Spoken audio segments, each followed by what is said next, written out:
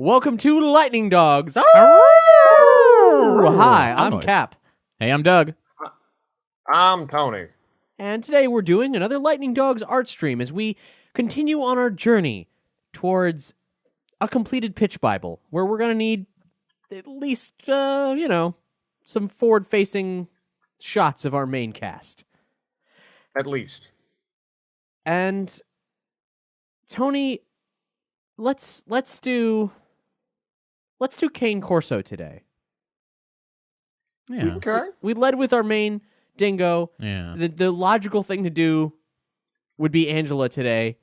You've drawn a lot of Angela. Let's do somebody that you've maybe drawn a handful of times at best. Okay.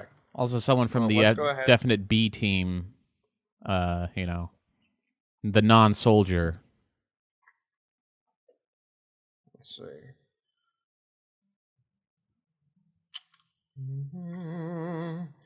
Building out Kane's body.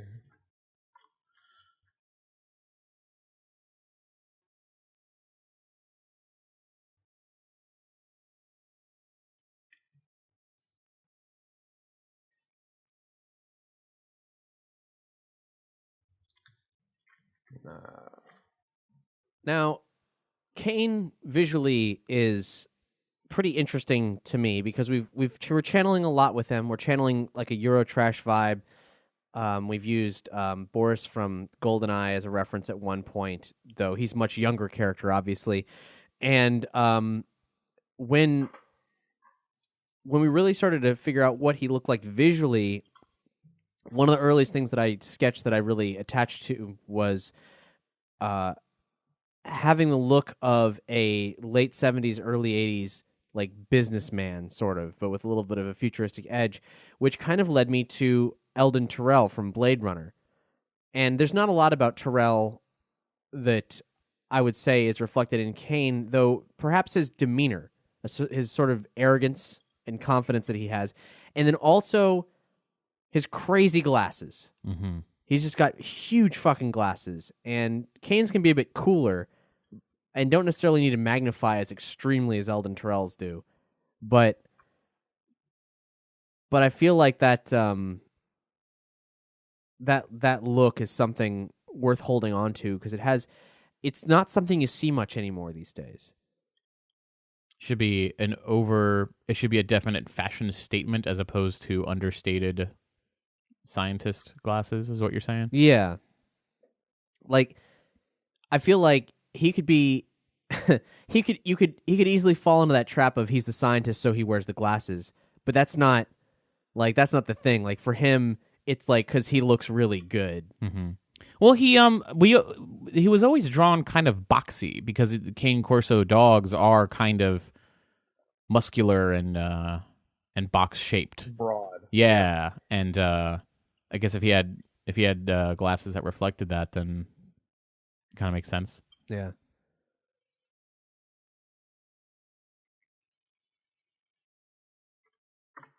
We'll get a little bit more of that boxiness. This is one of those episodes where we have a visual component to go with it. You can totally listen to this podcast and get a lot of insights and A reasonable nuances. amount of enjoyment, yeah. Yeah. But you can also watch the archive video and get some long pauses, but also at the same time. We'll see it happen. Yeah, you'll- see it you'll be unfold s- in front of you. Yeah. You'll see that we were not simply pausing awkwardly because we had nothing to say, but because I was being fascinating, which is a very unique experience for me. We're just watching One of the these days, character I'm going to come stop to life. using quite as much self-deprecating humor. One of these days. I don't know when that's going to be. I think using less self-deprecating humor might up the Tony stock. If you stop accepting that's acceptable, then everyone else will stop accepting how acceptable it is to emphasize that. Hashtag suddenly better with Tony.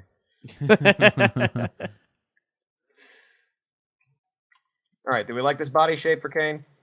Can we zoom out a bit? I just did. You should catch up here shortly. Oh, I'm just thinking about it. Just thinking. I'm going to zoom back in for a minute and work on the ears, which I left out. Because he had those tiny little, almost horns.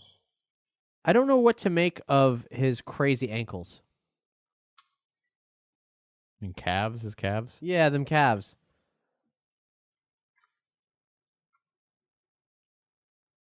I like director pants. What do you call those anyway? I That was have just no something that idea kinda what came those out are. They're in not the jodhpurs. sketch. What do you say, Tony? And so that was just something that kind of came out in the sketch. It wasn't intentional necessarily. I do think he needs to be. I do think he needs to be charismatic, and I'd say handsome. Mm-hmm. You know, where it's Well, we like haven't gotten to that part yet. right. I'm just throwing out these things because if he wasn't such a dick, he'd be a hero. I think this all makes, and maybe his hips could be a little wider, but I think this generally makes sense for his body shape. I feel like if you'd see him from the side, he might have read as a little bit more barrel chested, but from the front, this makes sense. Yeah, a little barrel chested, but he's not an athlete. Like he couldn't take Dingo in a fight. But he's definitely. But he might easily take someone who's untrained in a fight. Yeah, because he does. I'm sure he does care about his health. He cares about his image. Right, because Belloc could take a punch, just not Yeah. a great punch. Yeah, and he's vain too, so it's Yeah. like he would care very much about how he looks. All right. So that's our little body sketch. Let's simmer that down. Let's see.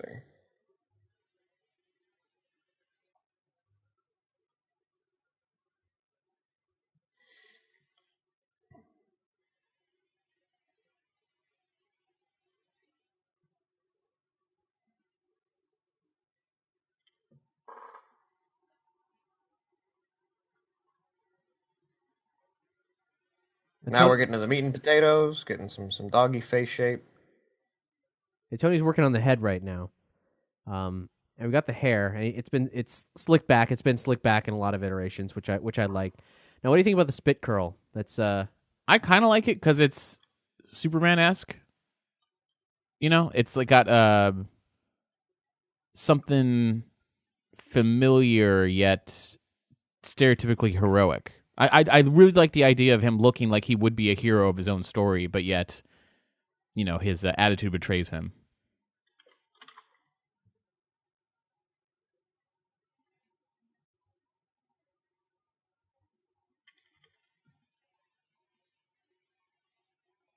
You give him a cigarette or something? Oh yeah.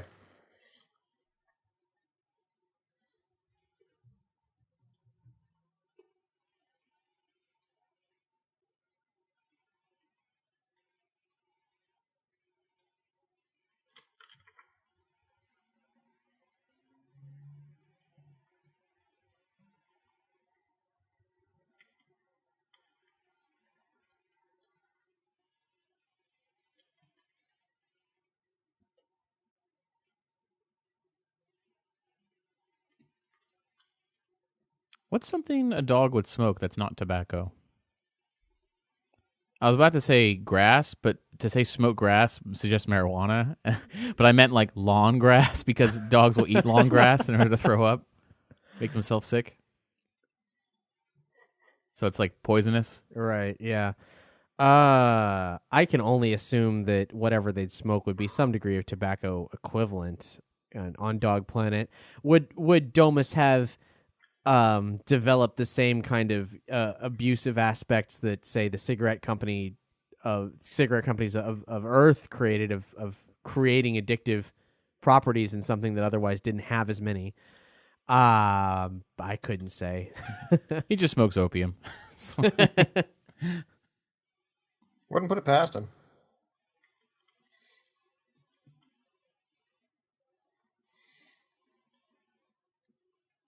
It's like, Kane, you smoke opium? Isn't that bad for you? Yeah. It's like, well, why do you do it? Because I have to deal with you people.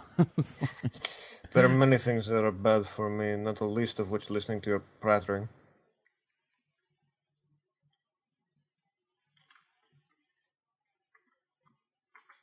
Let's see here.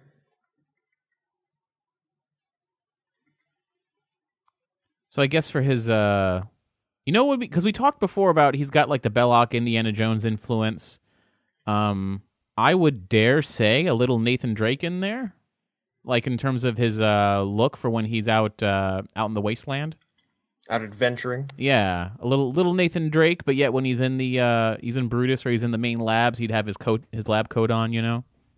Mm-hmm. I'm kind of going just with his basic adventuring outfit at this point. Yeah. And I'm sending along a. I screwed up. Actually, I sent along the wrong link for some reason. Is it more Yoshi porn? No. Also, the listeners don't have a reference for that because that happened before the recording started. But hey, you know what can I say? Guilty pleasures. Now that should work. So the Kane Corso dog is a pretty like rough and ready, intense looking dog. And I found this. It was the first photo that came up when I searched Kane Corso now, this is a photo that I believe was not online when we first found this breed and picked it out for Kane Corso. But this is great. I would Photoshop this image. I would put glasses over this dog and stick him in coming out of a trench coat, and I'd be like, and that's him. That's what he looks like. The lighting is great. For whatever reason, that picture has not come through to me. It's what I linked you to is not a JPEG, but it is a website, because if you download the JPEG, it just downloads automatically. So No, I mean I have no link. I sent it in Picaro. Yeah. Oh, in Picardo. I don't have the chat open in Picardo. Hold on. Oh. Well, there you'll find 2 images for your perusal. On my way. Yeah.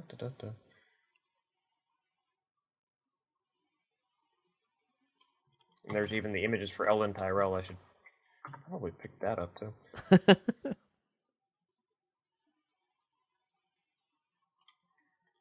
Here, I think I have I'm going to try and get a direct link to the. Jesus. I dove into the source code and it's still just auto downloaded. I don't know what was going on with that. Yeah, that image is. I know what I need to do with his eyes now. This motherfucker needs to look tired, just all the time.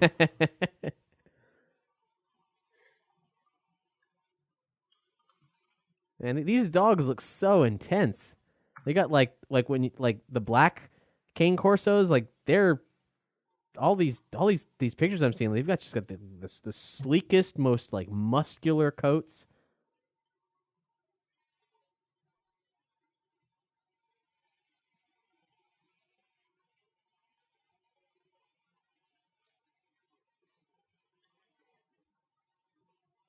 It's got to be one of the toughest looking dogs.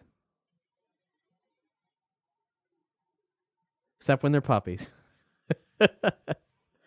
Then the only thing they punch you in the face with is how adorable they are.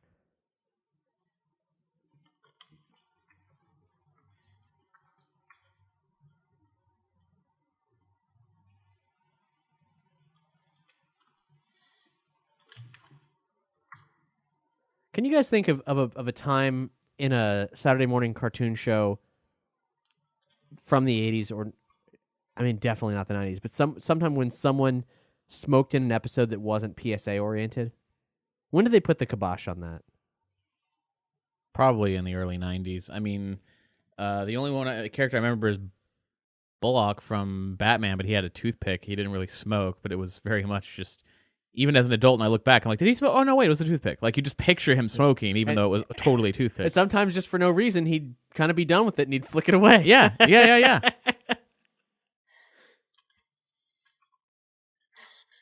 What are you doing with that toothpick? Nothing, commish. No.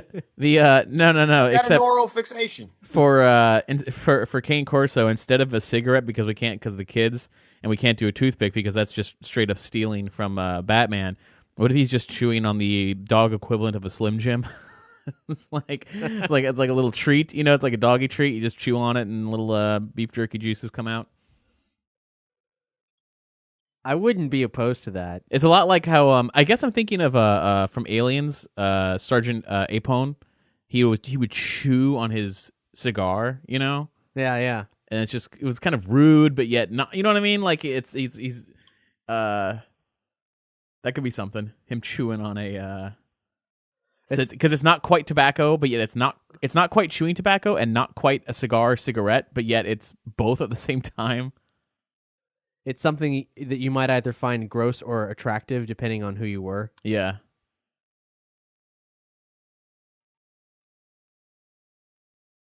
Which is something that I think weirdly goes hand in hand with the Eurotrash stereotype. I don't know how far we want to pursue that, but I do like it. And by that I mean the oral fixation solution, and if we want to make it not a cigarette. I do like the idea of him just chewing on a thing, as like instead of smoking. Yeah. Especially if it's like a beef jerky type thing where it's like something you could make in the wasteland. Like that's his, Dingo and Pierre, they got their bacon cheeseburgers where he's like, that shit'll make you fat. It's like, what do you want? You eat that garbage. It's like, it's like just take a good piece of meat, turn it into jerky. It'll last forever. You're out in the wasteland. You're out camping. Because this dude's been camping and stuff. Like he's an archaeologist, Yeah, he's in the field. Now, what we got here was Tony's working on Kane's feet right now, and I think what I'm seeing here is plain shoes and trousers.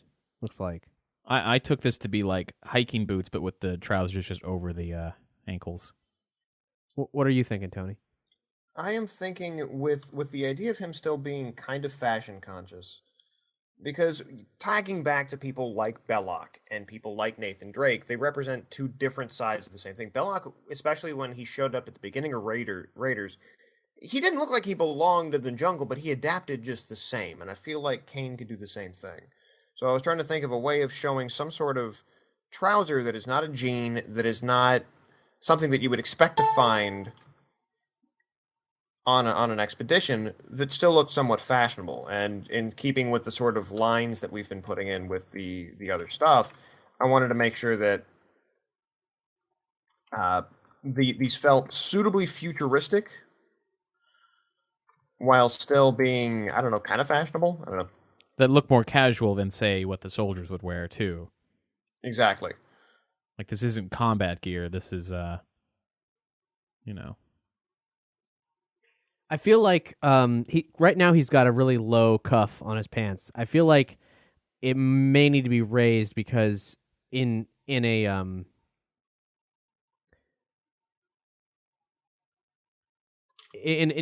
practicality of being in the field.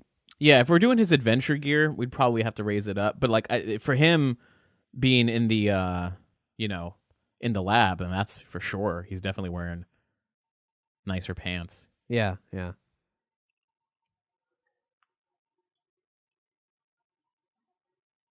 What if he's got like a little like monogram cigarette holder, but it's just full of jerky? Yeah, hell yeah, man! Like candy cigarettes, except it's just bubble gum for kids. It's just the Kane Corso's like little stash. Having a flashback to Community now, with Troy's cigarette holder full of candy cigarettes. Yeah, man, have a cigarette holder full of jerky. That's a man right there. Or full of Slim Jims. Just get a pack of Slim Jims, cut them up, and put them in a fucking cigarette case.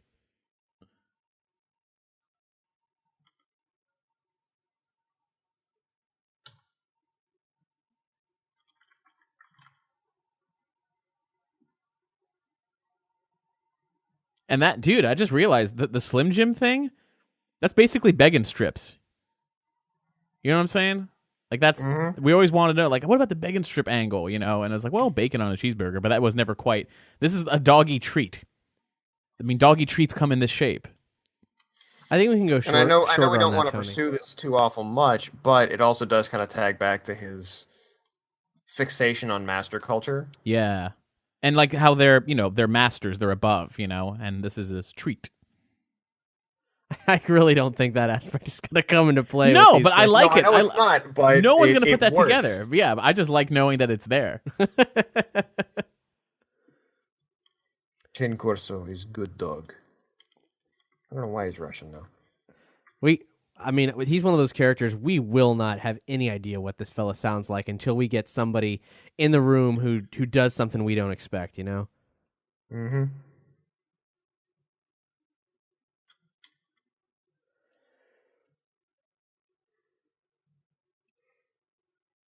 That's a question we got asked recently, actually.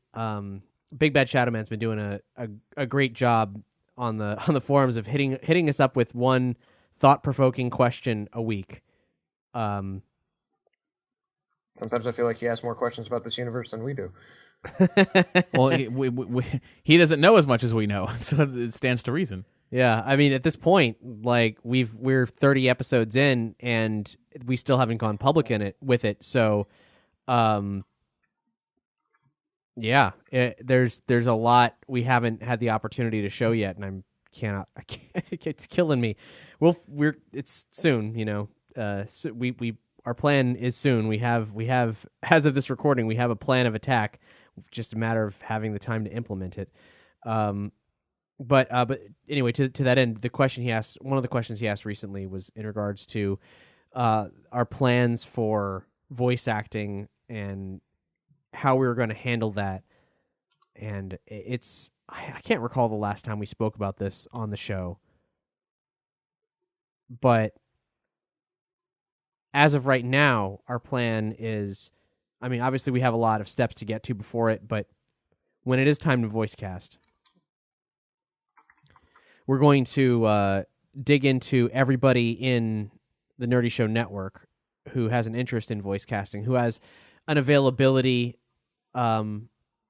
Ideally, they'd be some of our Orlando cast members so we could get them in the studio, but we do have a number of cast members who have quality mics at their homes, and you know, obviously they know enough about recording to be doing a podcast, so they could handle that. Some of them are even chomping at the bit, so to speak. Yeah, that's true.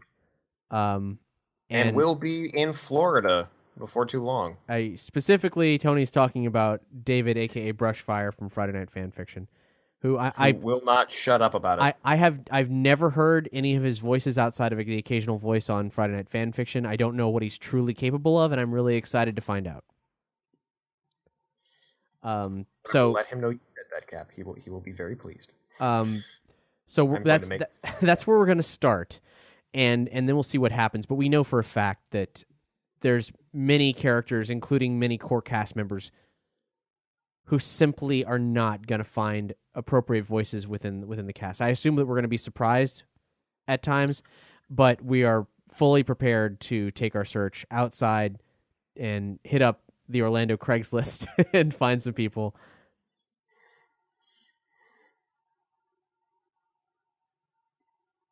But it's tough because we don't, it's kind of new territory for us. We assume there's absolutely going to need to be contracts. There's going to need to be paychecks, and we don't. And I don't know. Like, it depends. Will we just be doing a pilot, but with a guarantee of, well, not a guarantee, but with intentions of picking it up at a later time, and how are people's schedule's going to pan out, especially for people who are just meeting for this project. There's a lot of new stuff to deal with, and a certain learning curve for us who all have a rudimentary understanding of the animation industry, and that scheme of things, but who've never actively participated in it before.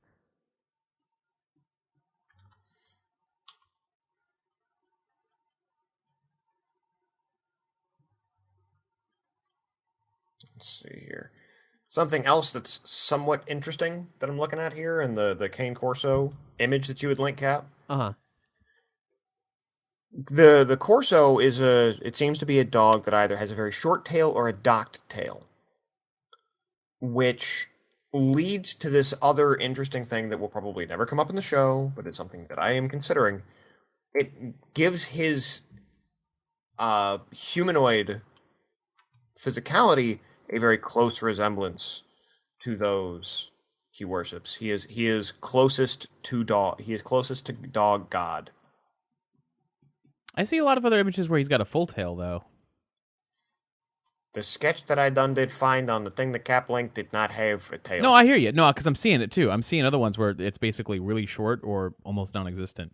But there's also long ones too. So I guess it's. Do you think people do that, or like? I'm actually this had not crossed my mind at all, but I'm on a page right now. Actually, it's a website called abouttimekanecorso.com, and it's a whole document about ear cropping and tail docking, and apparently that's a thing. And oh my god, you guys, like the whole Kane Corso thing and his religion, it goes so much farther now. This is talking like circumcision, basically. It was there all along.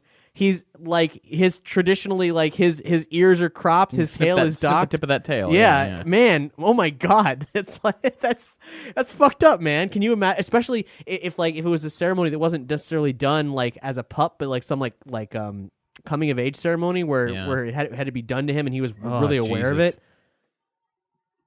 I feel so bad for him. And that's probably what should happen, because if we want to make him as angry as possible, hate the masters, yeah. Like fear them and hate them, but yet want to be better. It's complicated, but in a good way. It's like his feelings are complex. Because a Kane Corso straight up has floppy ears, if they're not cropped. Like that whole pointy thing that Tony's just drawn. Mm-hmm. Like that's I had no idea. It didn't Contributes to why he wants to worry about how he looks.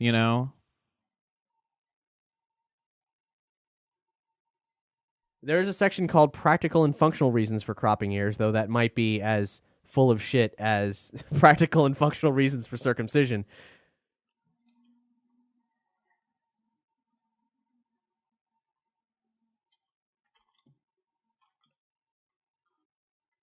I feel like the arm got a little long when I wasn't looking, but that's easily remedied. The subtitle to About Time Kane Corso Italiano is, "In a world of ordinary and conventional, only the most distinctive will ever leave a truly lasting impression." That's like the character's catchphrase. Yeah. That's like something he would say. Yeah. That's funny. This is great. All right, guys, what do we think? Sorry, I've been reading about tail docking. No, I'm digging this. Yeah. This look is great. Tony, can you zoom in on the face, please? Certainly.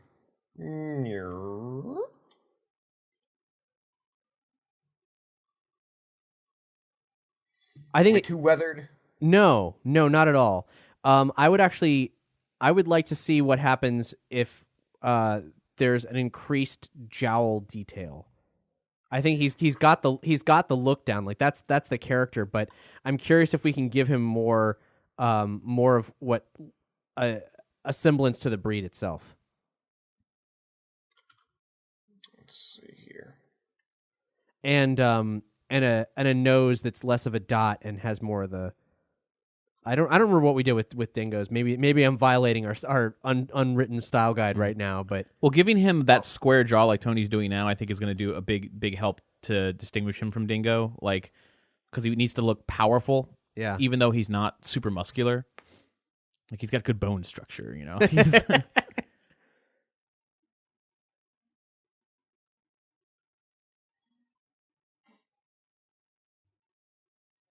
again, something that's like traditionally masculine, traditionally handsome, but you're like, God, this guy's a dick. It's just like, he just won't stop. I keep giving him chances, is the idea. He looks like a Tom Strong.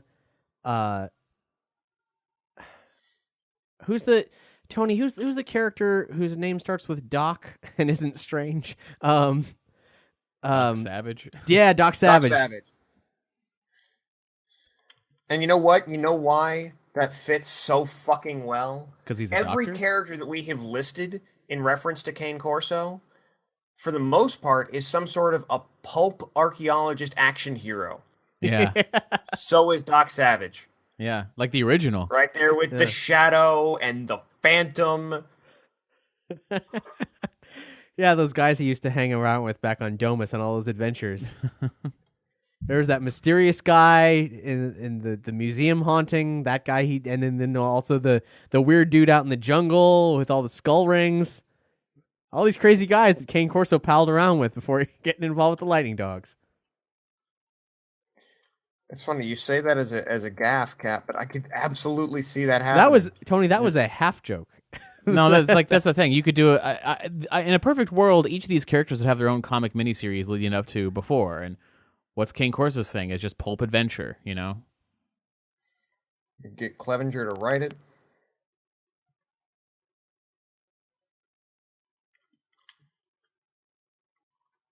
I think we can go shorter on the jerky probably.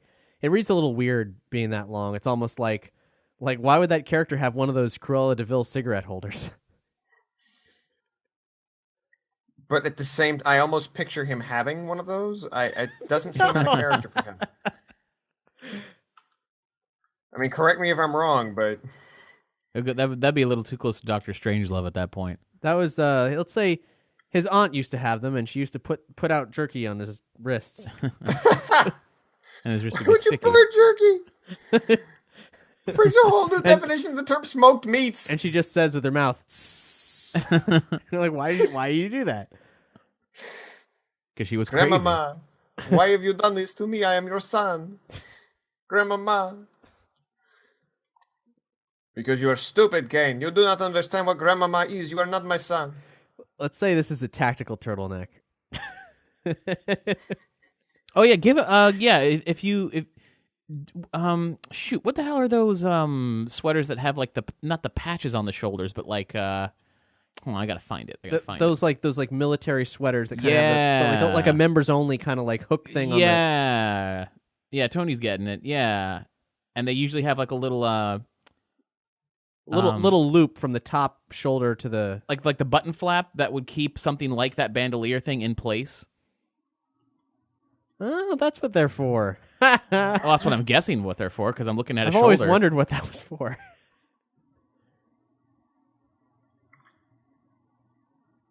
Yeah. That? How do you guys think that looks? Now, that's a tactical turtleneck right there. Tactical turtleneck, cowabunga. Yeah. Remember the original profile cards in the back of the Ninja Turtle action figures? They'd have all kinds of superfluous details, and they'd everything would practically be a TM kind of like tactical turtleneck TM. That everything would be named, every aspect of the character, every weird gizmo. But that's Kane with a C or K, Tony. Kane Corso. Kane Corso.